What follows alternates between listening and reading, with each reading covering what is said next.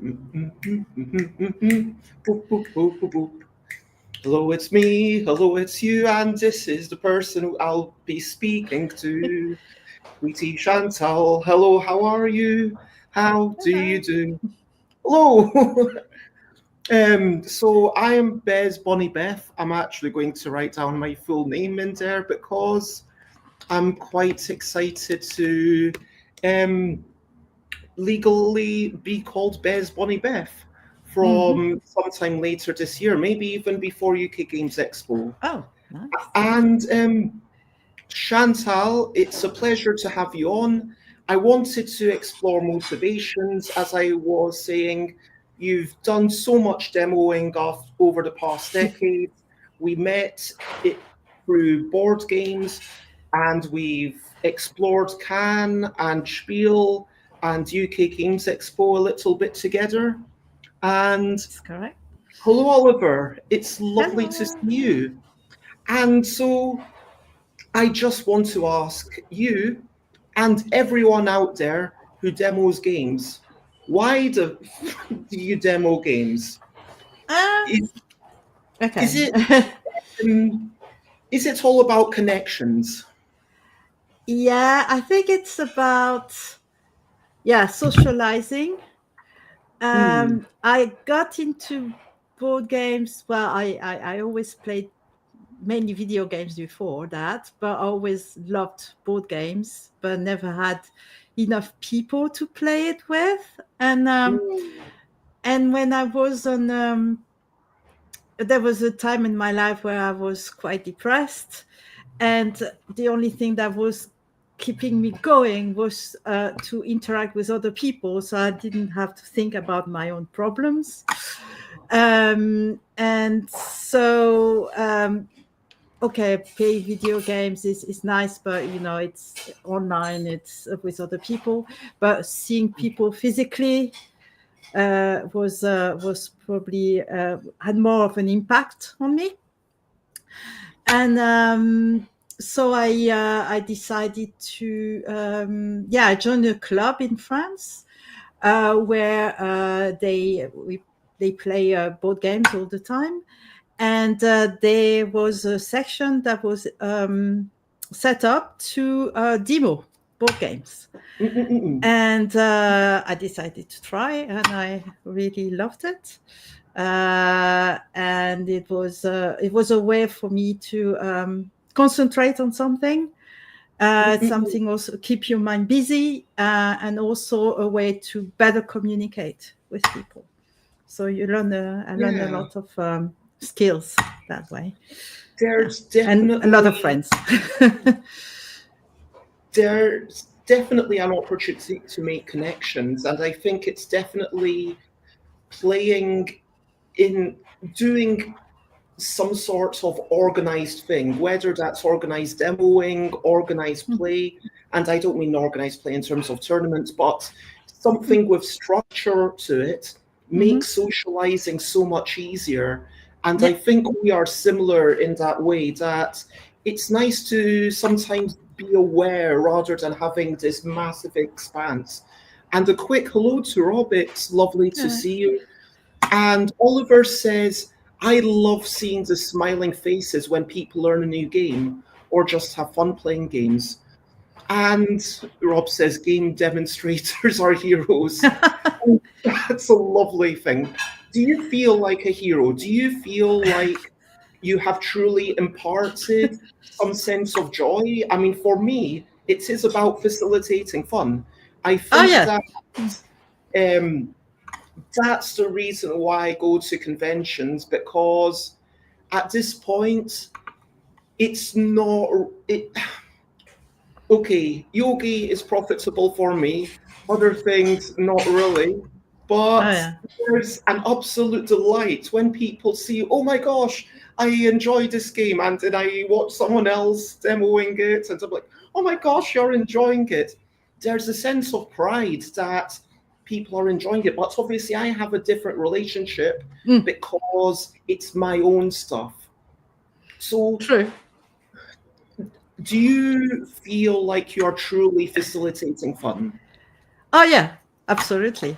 and the fact that people are coming back to my events one week, and yeah, it shows. I mean, everybody, we always laugh. It's always a really good moment, a way to unwind, a way to to banter, and it's a way also to break the ice, have an excuse to break the ice and meet new people as well.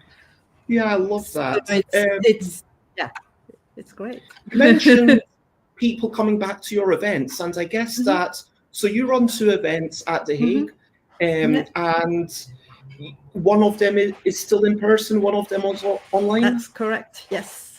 Yeah. And because it's your own event, do you get a lot more satisfaction doing that than doing something in UK Games Expo or, Fantasy Fest or? No, I think it's more relaxed. That's the difference. Because it's my own event, it's my own rules, it's my own castle, and love it or leave it. Whereas if I demo for you or another publisher, I have to remain. It's a bit more stressful. It's a bit more. I need to be careful what I say, how I say it. So that's the difference. Learning the names of some of my games is a challenge in itself. No, your games are pretty easy to demo. No, I mean learning the names. Yes, for sure. Quick hello to Zoe. It's lovely to see you. Thank you for being here. Not going to put up every comment, although I do really appreciate them. Oliver goes into the, how can I put it, more financial, you get hopefully some compensation, whether that's at least a ticket or if you're working for Asmodee, they will pay you a little bit. If you're demoing for someone else, maybe you can get a room to stay in. And I think for everyone, all of these things are different. And demoing for Asmodee, Oliver was able to support a local board game cafe. Okay. And there's a couple of things touched on. Firstly, it's the rewards compensation for the self. And secondly, it's kind of supporting a small business or someone who's maybe not a massive company like Asmodee or Hague. Yeah. Do you associate with either of those things? To some extent, but I wouldn't make my living out of it. It's a nice bonus. It's a sort of paid holiday to go to conventions and demo. It's a way to you mix pleasure and business. Really. I do go to a board game convention without being a demoer. I enjoy it as well. I mean, I like going to those places anyway. So it's not that's not the incentive for me. The incentive is more the fact that I can get people to enjoy the games that I'm presenting and get them aware of that they exist and how to play them, and hopefully they will remember when they get home and they buy the game what I said how to play them. That's my wish. I don't know if to spread joy, to facilitate fun, to make a connection. Yes. Because you mentioned, if folk don't mind me touching upon the depression that you mentioned. I mean, I am a depressive person as well. I'm currently on 75 milligrams of sertraline to help me. But in Bangkok, where it's legal, sometimes I do use other things to help pick up my mood. Because sometimes you have a bad day. And ages ago, I was told about achievement, connection, enjoyment. These 3 words spelled make the acronym ACE, which is easy to remember. And then it's like, what's his enjoyment? We can go down this rabbit hole forever. But connection, I think, is such a simple thing that you do something and then someone else responds to it. I almost feel like this conversation and all the people watching, thank you very much for being here. The people typing along, thank you for it. Makes me feel slightly connected to you, and I feel connected to you, Chantal. I say things, you respond, and I think just the mere presence of someone who is responding to anything you do suddenly brings that human connection that everyone needs a little bit of that in their lives. And you mentioned it being a way of, you didn't use this word, but I'm going to say escapism from Yes, absolutely. from your troubles, from what you're thinking about. For a moment, you don't need to worry about, oh wow, I can't speak the language in the country I'm in, because we're all able to play board games together. No, absolutely. It's also the fact that for a moment you were important to a person, and that hopefully they will go away, as I said, and they will remember what I said. So that I think that's the joy or the achievement that I would take from that. That they followed what I said, not in a leader way, but they followed what I said. They understood the game. It worked out. They really loved it. They bought it, and then when they go home, they're like, "Oh yeah, I remember. So she said that we should do it that way and that way." So yeah, it's all that. Yeah, there is definitely a sense of achievement in learning the order in which to explain rules, knowing which rules you don't need to explain at the start until they've played for a few seconds, knowing how to give that initial 1 second pitch, which, I mean, for my games, it's just saying the name of the game. But I think if you want to say, oh, do you want to play Quacks? It's a, and I can't remember the new tagline. They've got something like a game about explosion or make potions, pushing your luck and exploding. And I think there's something lovely about that summary. You've got to be able to make a promise to the person and then say, this is what we're going to play, give them enough information so that they know whether they will like it or not. Because there's a lot of people who should not play my games because maybe they want to play something super thematic. Maybe they want to play something super complex. And that's not what I'm making. No game is for everyone. So by having this little introduction, you get people to say, oh, it's not for me, let's step aside. And there is a skill in that. There is absolutely a level of achievement. So going back, I wanted to go back to what you said about people buying the game afterwards. Does that give you more sense of achievement when people buy the game?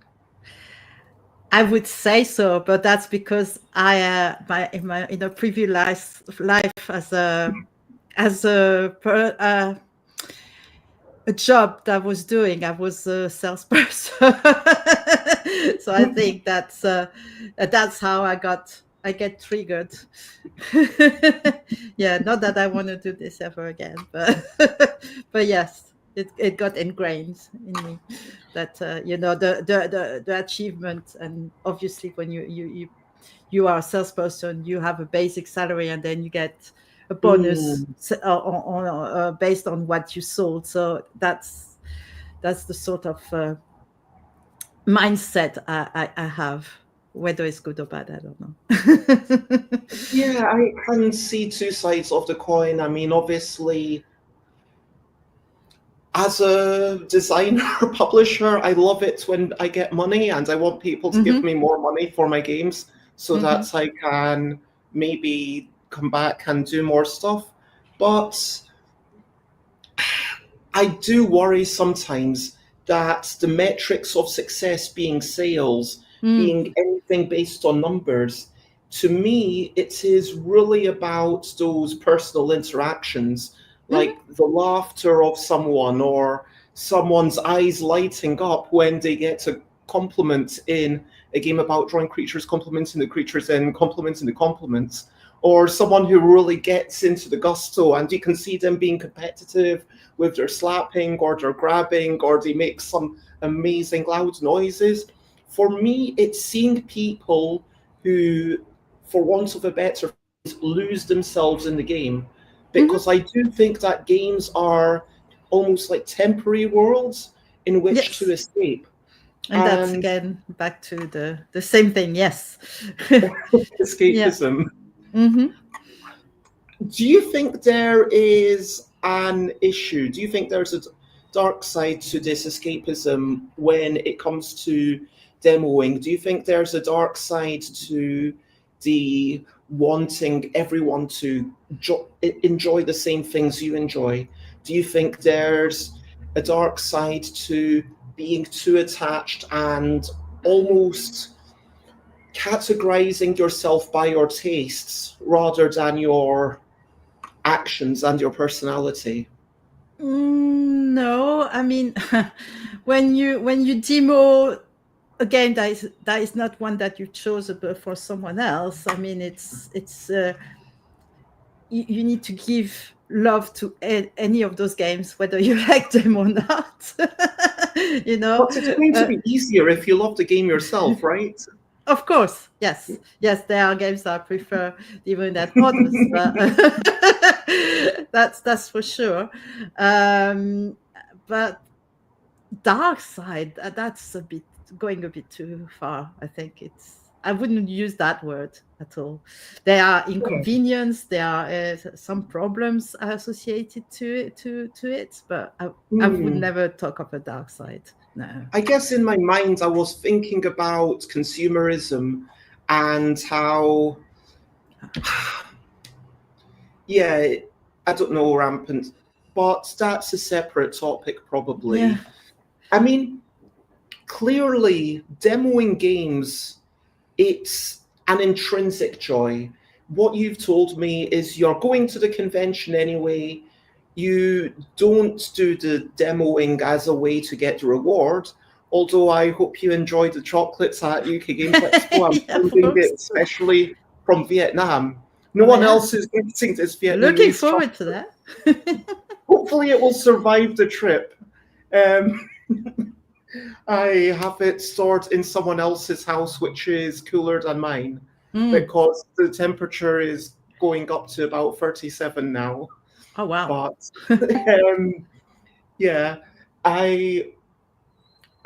and it's nice having a trade ticket, I guess, because you get to come in early, you get to stay in a little late. But it sounds like for you, the reason you do it is the joy of that activity inherently. Yeah, absolutely. Yeah. So, meeting. Can we go through the points that I wrote and ask you, like, whether or how they apply? Okay. And hello, Vicky. Yes, that's why I am literally sweating and occasionally dabbing my face. It's a kind of temperature where you sometimes get cooling showers. But one thing for me, I feel like it is a sense of ego in what I'm demoing. Obviously you've not obviously, but you haven't designed any of the things that you demo. But do you ever feel a sense of ego in, oh my gosh, this is a game I love? And if you love it too, then we've got that connection because this is part of me. Yes, absolutely. There are games that I do not like at all, and I try to avoid absolutely to demo them, bring them to my events or anything like that. And actually, when people say, "Well, I would like to play that, can I bring it?" I said, "Yes, we have 2 tables." if you can explain the game, then yes, you can. You can do that, and we can separate the group. No, that's not an issue. But yes, as I said, when it's my events, I demo my games, the ones I like, the one I have in my house that I've purchased myself, and yes, I do hope that when I explain the game and when we play it, that they will have the same joy in playing them that I have. Yes. And like that desire to spark joy, I think that ties into my desire for game design, and also as a totally separate point, I say vaguely planning, because what I mean is I don't have the minute by minute ideas yet, but I really want to run a social event this Saturday. It's not board game related, but having a social event with some playful icebreaker games. Mm-hmm. And then the question that comes to my mind is it that I want this thing to exist? Is it that it's an innocent desire to spark joy? Or is it that I want the validation of being the person who made this joy happen? And I'm going to be honest, for me, I think that if an event like what I was planning was already here, I don't think I'd bother, but there will be extra satisfaction from me being the person. And then you go into like, oh, it was my achievement. I did the work and I am the reason that you love this thing. How much ego is there? I'm using that word again. Yeah, I'm not really. Yeah, that's not me. I wouldn't say that's me at all. Yeah, but I am a person that worries a lot. I am a person that think. Yeah, I never. And I think, oh God, are they?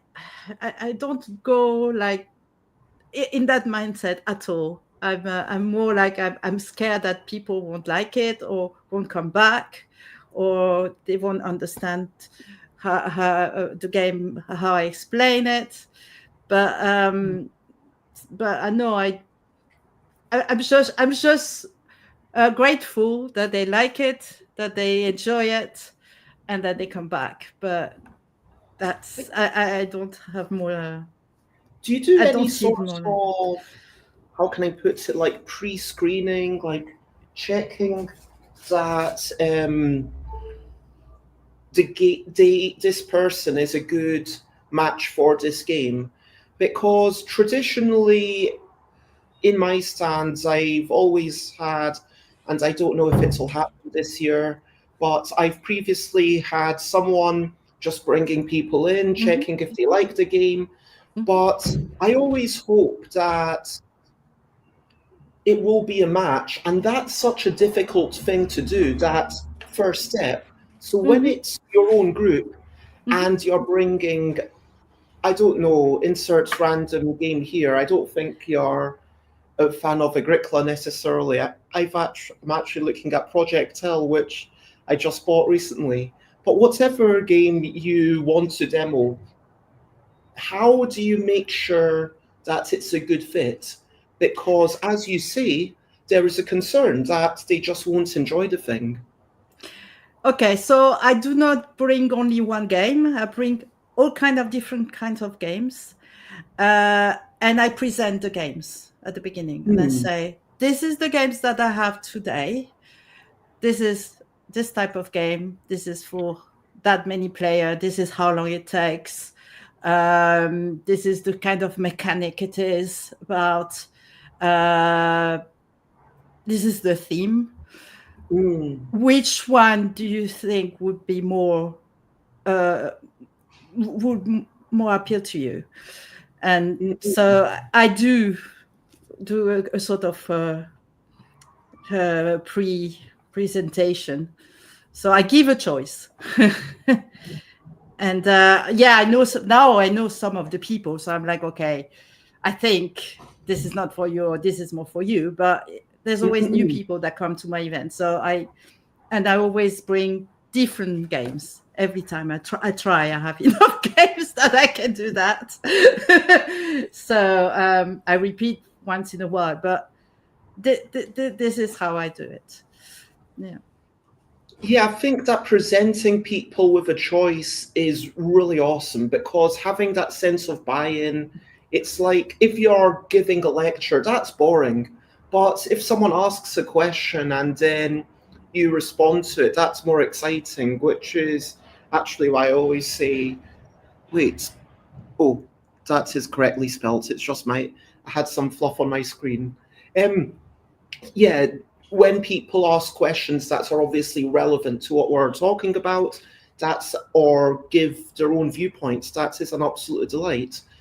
And when you have, would you rather do this or that, or a third choice? I mean, 10 choices is ridiculous. That's No. option paralysis. But I think having like 2 or 3 choices at any point is a good number, and saying, okay, do you want to laugh? Do you want to think deeply? And do you want to make noises? Do you just want to feel good about yourself? There's so many games out there, and I think that it can be also eye-opening. And I think that you talk about bringing people in, about having people then buy the game and then have the memory of you as a demonstrator when they go home. And maybe that's going to be just another game for them, but maybe it's going to be opening their eyes to this whole new world of possibilities of games that are unlike things they've played before. Do you find that there's a greater satisfaction when you're almost surprising people with the things that you've got? And I know that's not always possible, but at your own club, if someone's never played games before, I can't imagine a non-gamer going to UK Games Expo. Yes. Yeah. But absolutely, happens, yes. a non-gamer could come to your event at the end. Yeah, and they do. Yeah. The new people that come, a lot of them, when they come for the first time, they haven't played much games. Many games. They if I say, well, this is a trick-taking game and this is a, I don't know, a Euro game, they'd be like, I don't know.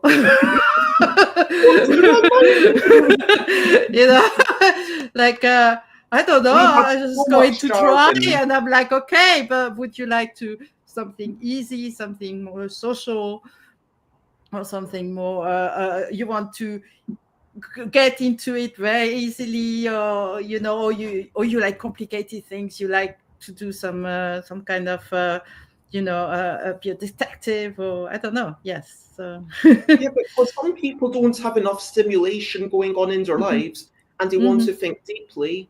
Other people already have enough, and they just kind of want to relax and chill, but have a little bit of guidance. Or they're tired that day, but the other time they're like full of energy. Yeah, absolutely. Yeah. So that you need to take all that into account. Oliver asks, what questions do you ask people to help find the game that they might like? Well, I try to ask what they're in the mood for. So as I said, if they are tired, or if they had a bad day, or if they're in a hurry as well, because how long can they play? My events from 7 to 11. But you can maybe you only have an hour. There's a lot of things you need to ask. To the games I like tomorrow. I mean, there's definitely been at least one day when I've decided, you know what, I want to play something which is very chill. I don't want to be under pressure. I don't want to have a time limit. And people who've played my games know that I love real-time games. It's a prominent feature in a lot of things I make. But sometimes you just want to have something super chill where... Or you're competitive. or you don't like being competitive. So Absolutely. yes. And Those kind of questions. Yeah. We can work together. We could have something which doesn't even have winners or losers. And Exactly. Yeah. I think that this is such a good way of not just asking what have you enjoyed in the past, but focusing on the present. Because I could honestly say I have loved DMACR, I have loved War Machine and Warhammer 40k and Warhammer Fantasy. And are those games that I would want to play right now? If you, Chantal, or any of the Oliver or Vicky or Zoe or whoever was teleported to my room in Bangkok, like, firstly, my first thought would be like, whoa, what's going on with this crazy teleportation?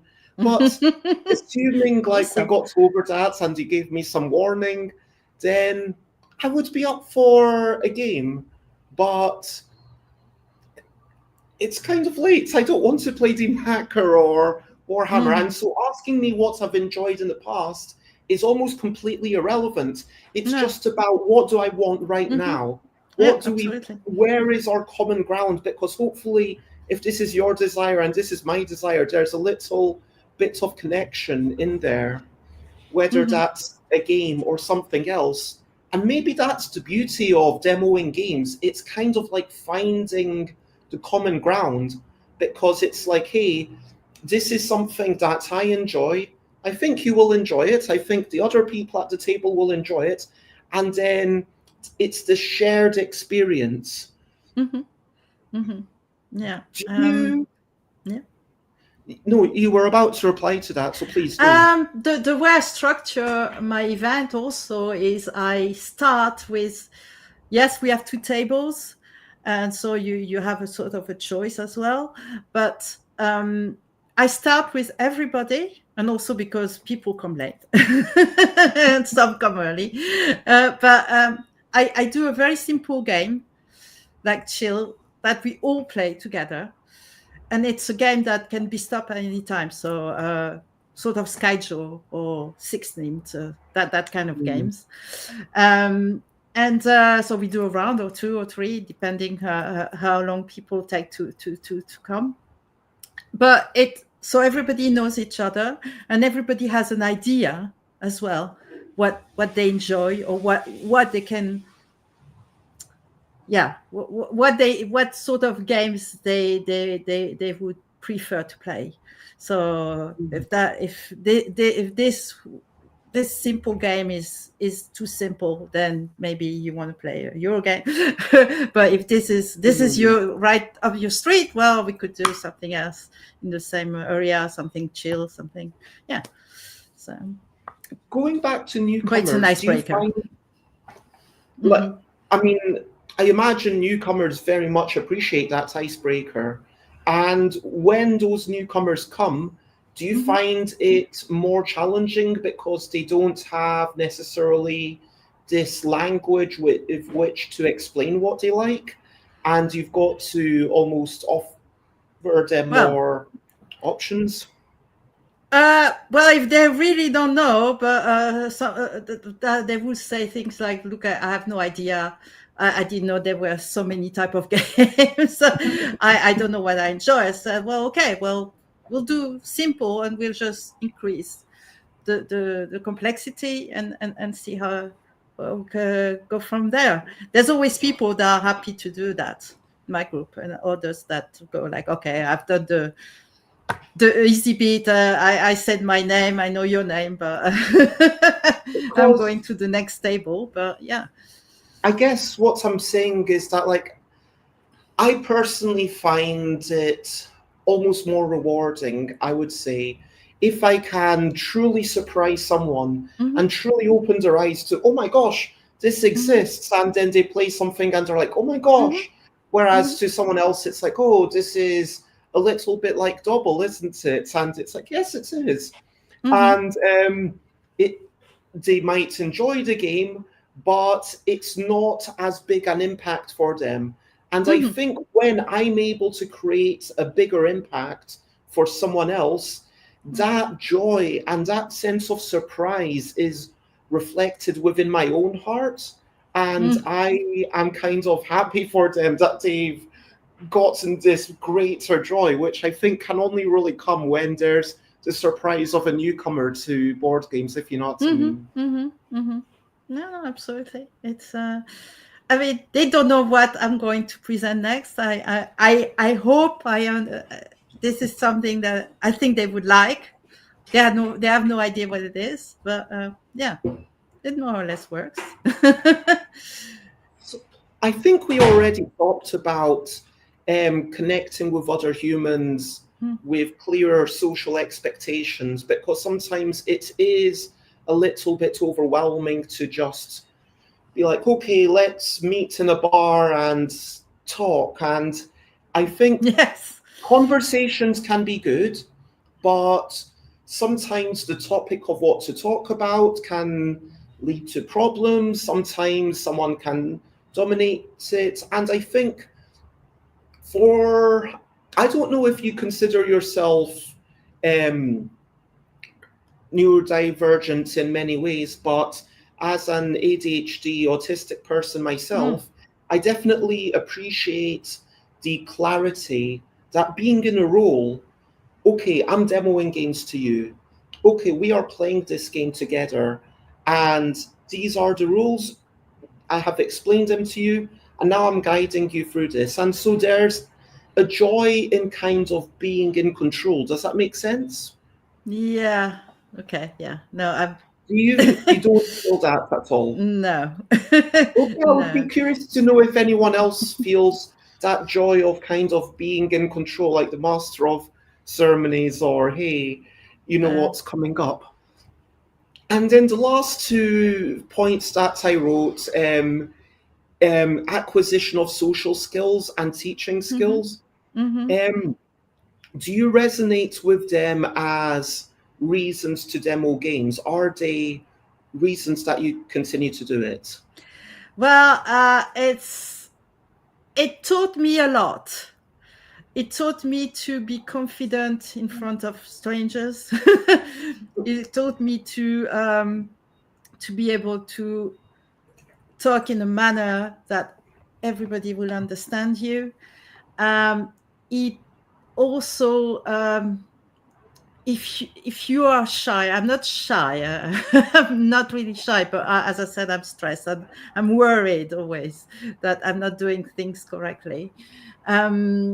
It gives you a bit more of confidence, and since I've been doing, not in the game industry, but for another thing, but I've been doing conferences, I've been doing workshops in front of strangers, 200 people. And I think I wouldn't have had that confidence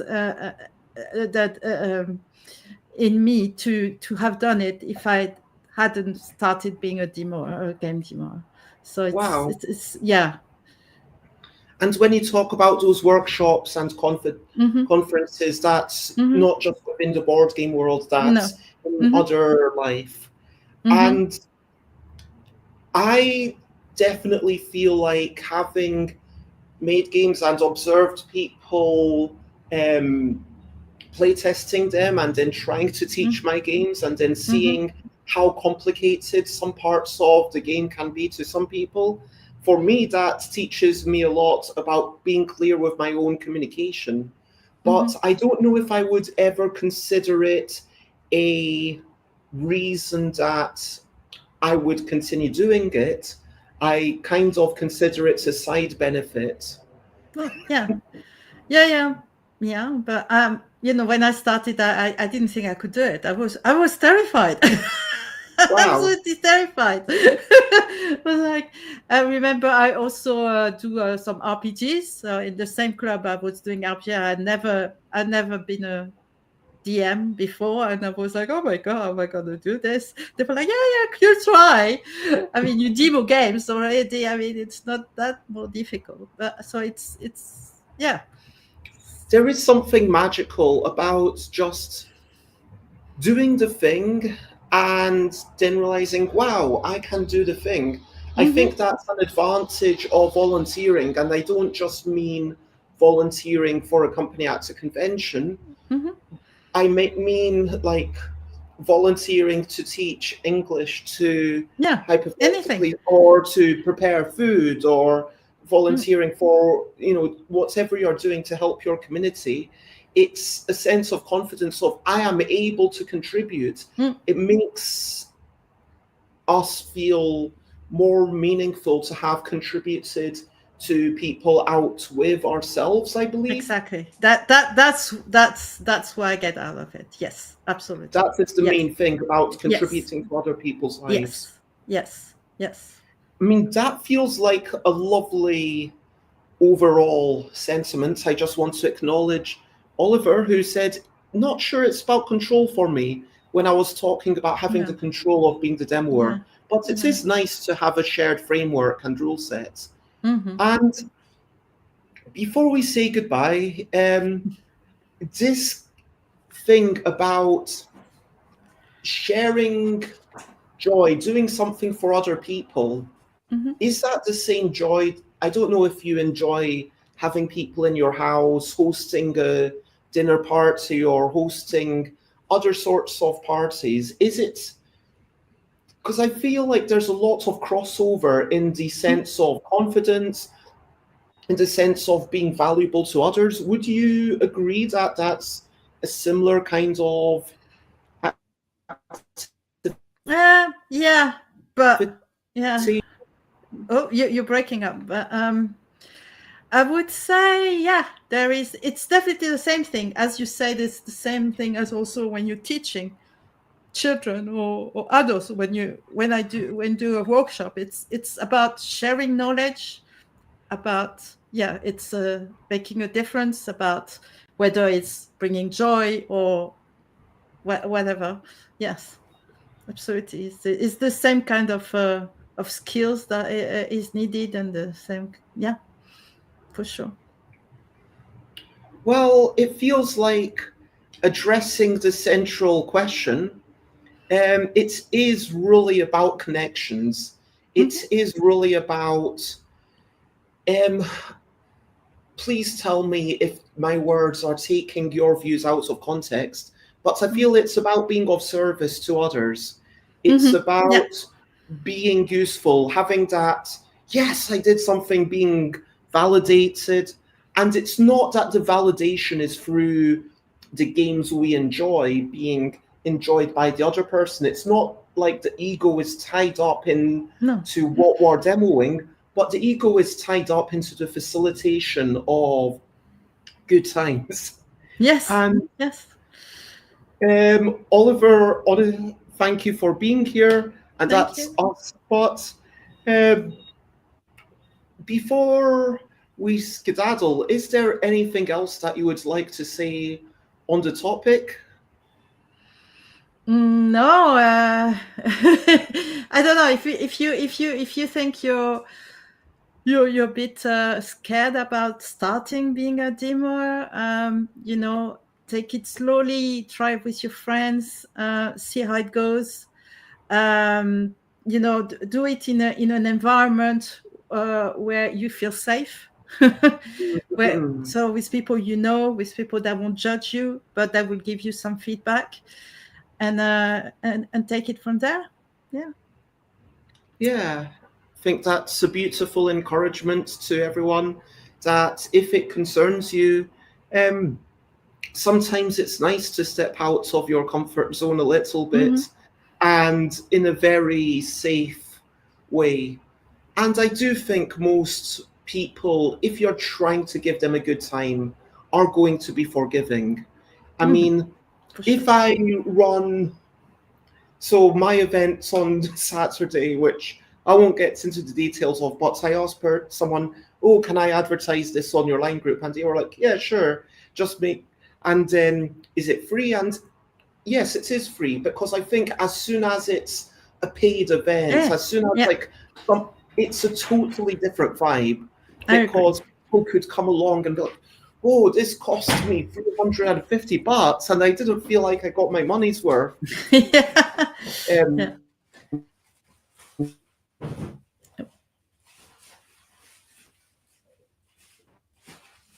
You're breaking up. Bit with command, and it's, oh, this person is putting this on, they're not appreciate that joy, and you are going to be forgiving. Is I think that wraps it up. Shall I have nothing more to say? No, you're breaking up a lot anyway. I do apologize. If anyone else has any final comments, please do. Rob says thanks for the stream. Great to hear from you, Chantal. And also, I love that Chantal's chair is red, and so it looks like you have a red thing on your hair. Yeah, and I have some red for you. I'm wearing a bit of red just for you. I mean, my top looks kind of brown. Yeah, and the chairs are. Yeah, it's covered in sweat. Yeah. But no, I thought down to here, it's covered in sweat. Oh dear. And I just changed my top 3 hours ago. Yeah. This is just from living in Bangkok. But to all the people out there, I hope this has been an interesting conversation. If you happen to be in sort of Central Europe and near The Hague and want to go to visit Chantal, then you can can play online with me anyway. Yeah, that's very true. And in any case, I want to say to everyone, much love and bye bye, bye bye. This is a goodbye song. Bye bye, bye bye. Thank you for listening along. Bye bye, bye bye. This is the end of the show. Bye bye, bye bye. And now it's time to go. Bye bye, everyone.